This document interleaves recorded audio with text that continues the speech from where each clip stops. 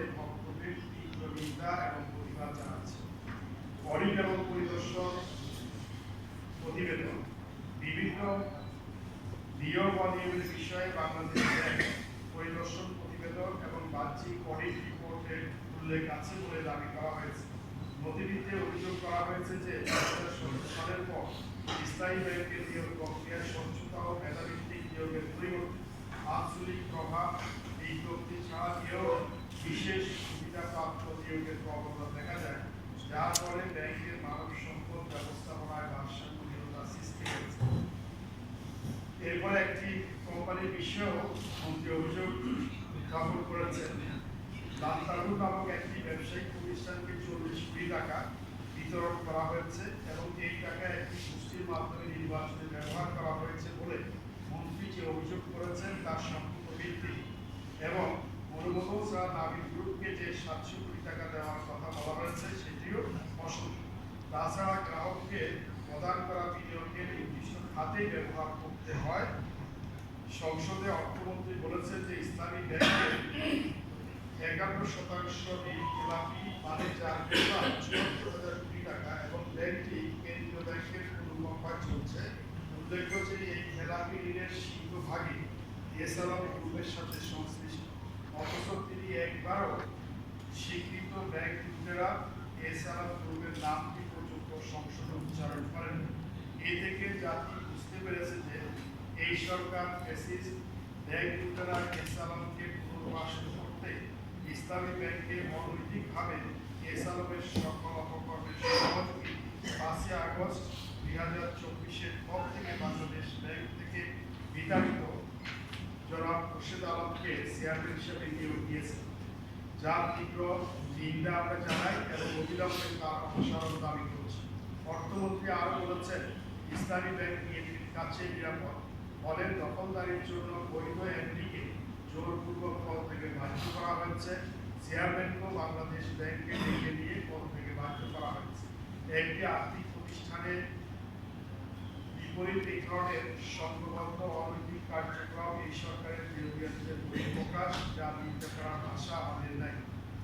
উল্লেখ্য, সরকারের উচ্চ পর্যায় থেকে এই ধরনের অনৈতিক কর্মকাণ্ডের ফলে গ্রাহকরা উদ্বিগ্ন এবং ভীত হয়ে তাদের কষ্টার্জিত ডিপোজিট তুলে নিচ্ছে। এইভাবে দেশের সব থেকে বড় ব্যাংকটি ক্ষতিগ্রস্ত হলে দেশের অর্থনীতি ভেঙে পড়বে, রিমিটেন্স প্রবাহ কমে যাবে, ব্যবসা বাণিজ্যে অচলাবস্থা সৃষ্টি হবে, ঋণ বৃদ্ধি পাবে, অন্যান্য ব্যাংকও ক্ষতিগ্রস্ত হবে, বিদেশেও দেশের সুনাম নষ্ট হবে। এই জন্য সরকারকে দায়ী থাকতে হবে। গ্রাহক কোরআনের অধিকার ও ডিপোজিট রক্ষার জন্য আমরা কাজ করছি। আমাদের দাবি সুস্পষ্ট, অবিলম্বে জনাব খুরশেদ আলমকে অপসারণ করে ব্যাংকিং ক্ষেত্রে দক্ষ, সৎ এবং পেশাদার ব্যক্তিকে চেয়ারম্যান হিসেবে নিয়োগ দিতে হবে। যদি তাকে অপসারণ করা না হয় তাহলে আমরা তার অপসারণের জন্য পুনর্বার আন্দোলন করে তুলব গ্রাহক ফোরামের ব্যানারে এবং আমাদের 7 দফা দাবি পূরণ না হলে বৃহত্তর আন্দোলন আমরা করে তুলব। এই ক্ষেত্রে দ্রুত পরিস্থিতির জন্য সরকারের দায়ী থাকবে। জাতীয় সংসদ দেশের সর্বোচ্চ আইনসভা, এখানে স্থাপিত প্রতিটি জনগণ সত্য নির্ভরযোগ্য বলে গ্রহণ করে থাকে। প্রতিষ্ঠান সম্পর্কে কোনো অসামঞ্জস্যতাপূর্ণ বক্তব্য শুনে এই প্রতিষ্ঠানের সুনাম নয়, সামগ্রিক ব্যাংকিং ব্যবস্থার প্রতি জনগণের আস্থাকে ক্ষতিগ্রস্ত করতে পারে। আমরা বিশ্বাস করি সত্য, স্বচ্ছতা, জবাবদিহিতার স্বার্থে এই বিষয়ে একটি সুস্পষ্ট ব্যাখ্যা প্রদান করা হবে। প্রয়োজনে মন্ত্রী কর্তৃপক্ষ সংসদে করবে। এই প্রেক্ষাপটে আমাদের 7 দফা দাবি, যে 7 দফা দাবি আদায় করার জন্য আমরা আন্দোলন করছি। আমাদের প্রথম দাবি হলো অনতিবিলম্বে দুর্নীতিবাজ, বেশিরভাগ ও ঢাকার এসআলমের দোষরকে চেয়ারম্যান পদ থেকে অপসারণ করে ইসলামী ব্যাংকিং সম্পর্কে ওয়াকিবহাল, সৎ, যোগ্য এবং পেশাদার ব্যক্তিকে ইসলামী ব্যাংকের বোর্ডের চেয়ারম্যান হিসেবে নিয়োগ করতে হবে। 2 নম্বর দাবি হলো যাদের নিকট থেকে ব্যাংকগুলো অর্থাৎ ইসলামী ব্যাংক সহ অন্যান্য ব্যাংকগুলো মুখে দখল করেছিল সেই সমস্ত শেয়ারগুলো সংশ্লিষ্ট ব্যাংকের প্রকৃত মালিকদেরকে ফেরত দিতে হবে। কারণ ইসলামী ব্যাংকের মালিকানা স্বাভাবিক উপায় ছিল ব্রিটিশ সরকারের সহযোগিতায় আইন শৃঙ্খলা বাহিনীর সরাসরি হস্তক্ষেপের জোরপূর্বক পত্রের স্বাক্ষর করিয়ে মালিকানা দখল করা হয়। সুতরাং যাদের নিকট থেকে ব্যাংক লুটেরা মাফিয়া দখল করেছিল তাদেরকে মালিকানা ফেরত দিতে হবে। প্রকৃত মালিক যারা আছে তাদের কাছে সত্যিকার অর্থে ব্যাংকটি নিরাপদ থাকবে। আমাদের 3 নম্বর দাবি হলো ব্যাংক লুটেরাদের বিচারের জন্য বিশেষ ট্রাইব্যুনাল গঠন করতে হবে। ইসলামী ব্যাংক বাংলাদেশ পিএলসি সহ বিভিন্ন ব্যাংক ফ্যাসিস্ট হাসিনা ও তার আইন শৃঙ্খলা বাহিনীর সহায়তায় এছাড়াও সহ যারা মুক্ত করেছে তাদের বিচার নিশ্চিত করার জন্য বিশেষ ট্রাইব্যুনাল গঠন করতে হবে। এই ট্রাইব্যুনালের মাধ্যমে তাদেরকে দ্রুত বিচার করে দৃষ্টান্তমূলক শাস্তি নিশ্চিত করতে হবে, যাতে করে বাংলাদেশে এই ধরনের লুটেরা মাফিয়া গোষ্ঠীর আর কখনো জন্ম হতে না হয়। চতুর্থ দফা দাবি হলো ইসলামী ব্যাংকগুলোতে যে আতঙ্ক সৃষ্টি হয়েছে, আপনারা জানেন ইসলামী ব্যাংক সহ আরো 5টি ইসলামী ব্যাংকগুলোতে স্থিতিশীলতা আনার জন্য বিতর্কিত সিদ্ধান্ত গ্রহণ থেকে বাংলাদেশ ব্যাংক এবং সরকারকে বিরত থাকতে হবে। সামাজিক যোগাযোগ মাধ্যমে ইসলামী ব্যাংকগুলোর বিরুদ্ধে অপপ্রচার রোধে দ্রুত ব্যবস্থা নিতে হবে। 5 নম্বর দাবি হলো লুটেরাদের অর্থ পুনরুদ্ধারের জন্য বিশেষ ব্যবস্থা গ্রহণ করতে হবে।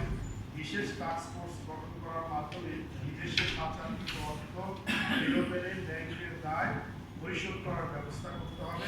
অর্থনৈতিক আদালতে বিশেষ সেল গঠন করে লুটেরাদের স্থাবর অস্থাবর সম্পত্তি বাজেয়াপ্ত এবং বিক্রির মাধ্যমে ব্যাংকের দায় পরিশোধের ব্যবস্থা করতে হবে। অর্থনৈতিক আদালতে লুটেরাদের বিচারিক এবং উচ্চ আদালত থেকে কোনো অবস্থায় যাতে করে স্টে অর্ডার বা স্থিতি অবস্থা যাতে করে লুটেরা জারি করতে না পারে এই ব্যাপারে সরকারকে প্রয়োজনীয় আইন সংশোধনের ব্যবস্থা করতে হবে। কারণ এই আদালত থেকে এসামদের ঋণের কোনো অনিয়ম তদন্ত করা যাবে না মর্মে নোটিশ জারি করা হয়েছিল। আমাদের 6 নম্বর দাবি হলো ব্যাংক লুটেরাদের ফেরার পথ বন্ধ করতে হবে। ব্যাংক লুটেরাদের বিচার না করে তাদের পুনর্বাসন করার ব্যবস্থা করা হয়েছিল ব্যাংক রেগুলেশন আইন 18 ধারা সংযোজন করে। অবিলম্বে এই ধারা বাতিল করে লুটেরাদের ফেরার পথ বন্ধ করতে হবে। তারা যাতে ভিন্ন নামে আবার ব্যাংক দখল করতে না পারে এই জন্য লুটেরাদের সন্তান, স্ত্রী, সুবিধাভোগী এবং যে সমস্ত পলিসি কোম্পানির মাধ্যমে বিভিন্ন ব্যাংকের পরিচালক নিয়োগ করে অর্থ লুট করেছে তাদেরকে ব্যাংকের পরিচালক হিসাবে নিয়োগে অযোগ্য ঘোষণা করতে হবে। আমাদের সর্বশেষ 7ম দাবি হল জাতীয় সংসদে ইসলামী ব্যাংক নিয়ে মাননীয় স্বরাষ্ট্রমন্ত্রীর অসত্য বক্তব্য ও ঢাকা মিসালের হাতে ব্যাংক তুলে দেওয়ার যে বক্তব্য সেই বক্তব্য প্রত্যাহার করতে হবে। উপরোক্ত দাবিগুলো আজ বিকালের মধ্যেই নেওয়া না হয় তাহলে আমরা নতুন কর্মসূচি ঘোষণা করব।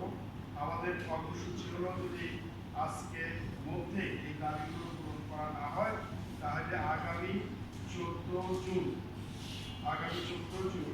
অর্থাৎ রবিবার তারিখে ইসলামী ব্যাংক টাওয়ারের সামনে আমরা অবস্থান কর্মসূচি পালন করব এবং 16 জুন বাংলাদেশ ব্যাংকের গভর্নর নিকট স্মারকলিপি প্রদান করার মাধ্যমে আমাদের দাবিগুলো আমরা তুলে ধরব। সম্মানিত সাংবাদিকবৃন্দ, আমরা স্পষ্টভাবে বলতে চাই ইসলামী ব্যাংক কোনো ব্যক্তি বা গোষ্ঠীর সম্পদ নয়। এটি কোটি গ্রাহকের আমানত, বিশ্বাস এবং ভবিষ্যতের সাথে জড়িত একটি জাতীয় প্রতিষ্ঠান। আমরা সরকার, বাংলাদেশ ব্যাংক এবং সংশ্লিষ্ট সকল কর্তৃপক্ষের প্রতি আহ্বান জানাচ্ছি যেন ইসলামী ব্যাংকের স্থিতিশীলতা, সুশাসন এবং গ্রাহকদের স্বার্থ রক্ষায় দ্রুত কার্যকর এবং দৃশ্যমান পদক্ষেপ গ্রহণ করা। আমাদের একমাত্র লক্ষ্য হল ইসলামী ব্যাংককে এক নিরাপদ, স্থিতিশীল, পেশাদার এবং জনগণের আস্থা প্রতিষ্ঠান হিসাবে গড়ে তোলা। যেমনটি এই ব্যাংকের 2007 সাল পর্যন্ত ভূমিকা রেখেছিল। 2007 সালে যেভাবে ব্যাংকটি সর্বজন গ্রাহ্য একটি সবচেয়ে বলিষ্ঠ ব্যাংক ছিল সেই অবস্থায় জাতীয় ব্যাংক ফিরে যেতে পারে। সবাইকে ধন্যবাদ জানাচ্ছি। ইসলামী ব্যাংকের গ্রাহক ক্লাবের এই স্বার্থপর দাবি আদায়ের পক্ষে সাংবাদিক ভাইরা আমাদের সাথে সহযোগিতা করবেন এই আশাবাদ ব্যক্ত করে আমার আজকের সংবাদ সম্মেলনের বক্তব্য উপস্থাপন এখানে শেষ করছি। আসসালামু আলাইকুম। আচ্ছা